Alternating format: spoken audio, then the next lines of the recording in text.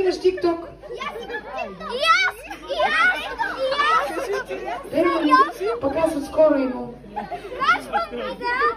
Качваш, а ти какво качваш? Ще кажа последно има.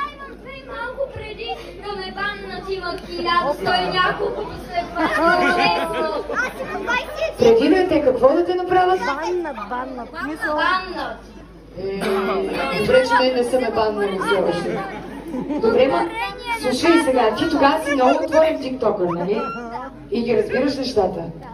Тогава ти познаш ли тази госпожица? Да. Виждал съм я.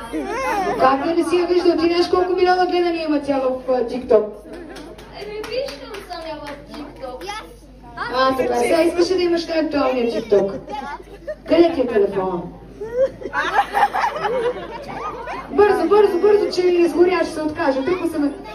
Нищо на майка ти, давай! Готов ли си? Петенце, готова ли си да му направиш най-гледания тикток сега в живота? Поне за сега, нали, защото не се знае утре дори какво ще е актуално.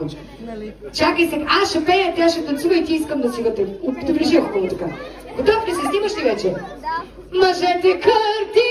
Жените мъртви! За ти мъчо си черпите с четвърти! Сега искам да го пуснеш там, че от твоя телефон, не на майка ти.